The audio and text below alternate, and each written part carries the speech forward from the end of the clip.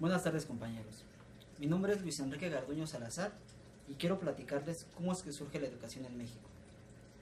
Nos encontramos en el siglo XXI y, como podemos ver, vivimos en un mundo globalizado en el que todos los acontecimientos que ocurren en cualquier parte del mundo los conocemos, incluso cuando están sucediendo en tiempo real. Y esto lo podemos constatar gracias a la tecnología. Sin embargo, esto no siempre fue así.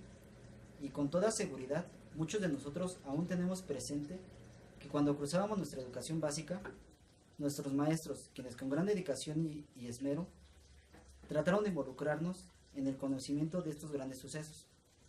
Por ejemplo, cuando el hombre por primera vez pisó la luna, recuerdo que surgió una frase que sin duda desató la inquietud del hombre para descubrir más horizontes.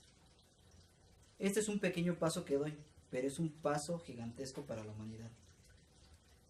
Y estoy seguro que más de uno tiene presente este suceso. También recuerdo que en los libros de texto se hablaba de que ya había dos guerras mundiales. Se hablaba de la bomba de Hiroshima, donde lamentablemente hubo varios muertos. Aquí en México, recuerdo que mi abuelo me platicaba que en el año de 1930 la mayoría de la población era campesina y había mucho analfabetismo, que no teníamos un desarrollo industrial y eran pocos los jóvenes que podían estudiar y ejercer una profesión. Él comentaba que eran secuelas del porfiriato, en donde los gobernantes de esa época prácticamente entregaron nuestras riquezas a extranjeros y que jamás se preocuparon en asuntos vitales para el pueblo, como fue la educación, la democracia y un sistema imparcial de justicia. Desafortunadamente, esto trajo como consecuencia la Revolución Mexicana. Pero gracias a este acontecimiento, se promulgó la primera Constitución en 1917, y en su artículo 3 se estableció que la educación debe ser obligatoria, laica y gratuita. Cuando escuchamos de educación en México, se nos viene a la mente la Universidad Autónoma de México, mejor conocida como la máxima casa de estudios. En esa universidad han egresado brillantes profesionistas e incluso han llegado a ser presidentes de nuestro país. Sin embargo, sabemos que también existe el Instituto Politécnico Nacional, que a lo largo de sus 81 años ha formado más de 800,000 profesionistas de alto nivel académico.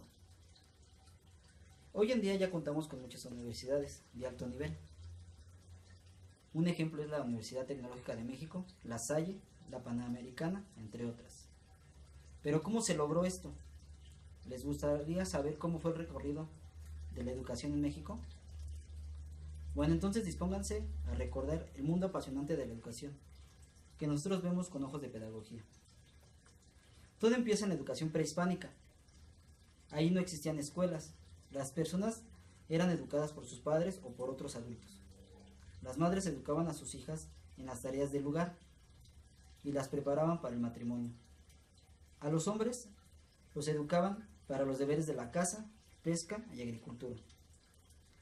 A través de los años la educación ha ido evolucionando y se formaron las primeras escuelas, pero fueron más de carácter religioso y militar y se dividían en estratos sociales. Por ejemplo, los hombres asistían a la escuela llamada Calmecac, en donde los preparaban para ser sacerdotes, jueces o maestros, mientras que los guerreros de la élite asistían al Tepochcali, donde la educación era desde los 15 años y los preparaban para servir a la comunidad y servir en las guerras. La educación en la época colonial surge con la llegada de la orden franciscana y el objetivo principal fue imponer el cristianismo a los indígenas y al pueblo mexicano. Para el 1523 se creó el gremio de los primeros maestros, que sirvió para la protección de sus integrantes y los limitaba al ejercicio de oficio. Eran regidos por ordenanzas. Los maestros sufrían de bajos salarios y de pagos impuntuales. Todos sabemos que en el periodo de dominación de los españoles duró muchos años, hasta que se dio por la guerra de independencia. En ese periodo la población sufrió esclavitud y prácticamente analfabetismo. En el siglo XIX, el presidente fue don Antonio López de Santana, y la verdad no hubo un gran avance en materia de educación. Sin embargo, hubo una convocatoria para participar en un concurso para que nuestro país tuviera un himno nacional. en el cual el ganador fue Francisco González Bocanegra, haciéndole la música un español llamado Jaime Nuno. Bueno, en este mismo siglo se introdujo definitivamente el concepto de educación pública, y en 1891 fue promulgada la Ley de Educación Obligatoria, Laica y Gratuita.